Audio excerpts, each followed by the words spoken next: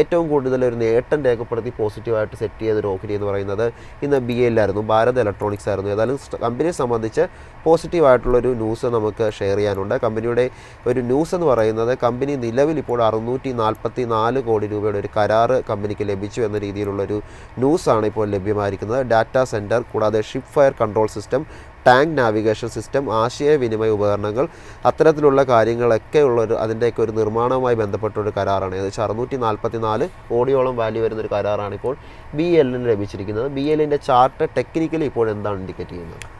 Currently ഒരു rally attempt സ്റ്റേറ്റിലാണ് ഈ ഒരു സ്റ്റോക്ക് ട്രേഡ് ചെയ്യുന്നത്.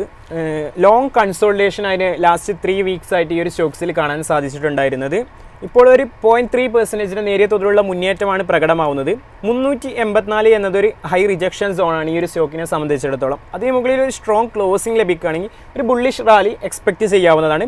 കറൻ്റ്ലി ടെക്നിക്കലി നമുക്കൊരു ന്യൂട്രലായിട്ടാണ് ഈ ഒരു സ്റ്റോക്കിനെ കാണാൻ സാധിക്കുള്ളൂ. കാരണം വോളിയം സപ്പോർട്ട്സ് കുറവായിട്ടാണ് കാണാൻ സാധിക്കുന്നത്. എന്നിരുന്നാൽ പോലും 384 എന്ന ലെവലിന് മുകളിൽ ഒരു സ്ട്രോങ് ക്ലോസിംഗ് ലഭിക്കുകയാണെങ്കിൽ ഒരു ട്രെൻഡ് റിവേഴ്സൽ റാലി ഈ ഒരു സ്റ്റോക്കിൽ നിന്ന് എക്സ്പെക്റ്റ് ചെയ്യാവുന്നതാണ്. ഈ ഒരു മേഖലയിൽ തന്നെ നിഫ്റ്റി ഡിഫൻസിനെ കുറിച്ചും കൂടി നമുക്ക് നോക്കാം. ടെക്നിക്കലി ലാസ്റ്റ് ഡേ ഒരു സ്ട്രോങ് മൊമെൻറ്റം ക്യാനിലാണ് ഈ ഒരു മേഖലയിൽ നിന്ന് ഫോം ചെയ്തിട്ടുള്ളത്. അതായത് 7354 എന്നതൊരു ഹൈ ഡിമാൻഡ് സോണായി ഈ ഒരു മേഖലയിൽ ആക്ട് ചെയ്യുന്നുണ്ട്. ഒട്ടുമിക്ക എനിക്ക് തോന്നുന്നു GRSE എന്നീ സ്റ്റോക്സിലെല്ലാം നല്ലൊരു മൊമെൻറ്റം ലാസ്റ്റ് ഡേ കാണിച്ചിട്ടുണ്ട്. അതുകൊണ്ട് തന്നെ ഈ ഒരു മേഖലയിൽ നമുക്കൊരു ട്രെൻഡ് റിവേഴ്സൽ എക്സ്പെക്റ്റ് ചെയ്യാമെന്നാണ് എക്സ്പേർട്സ് പറയുന്നത്.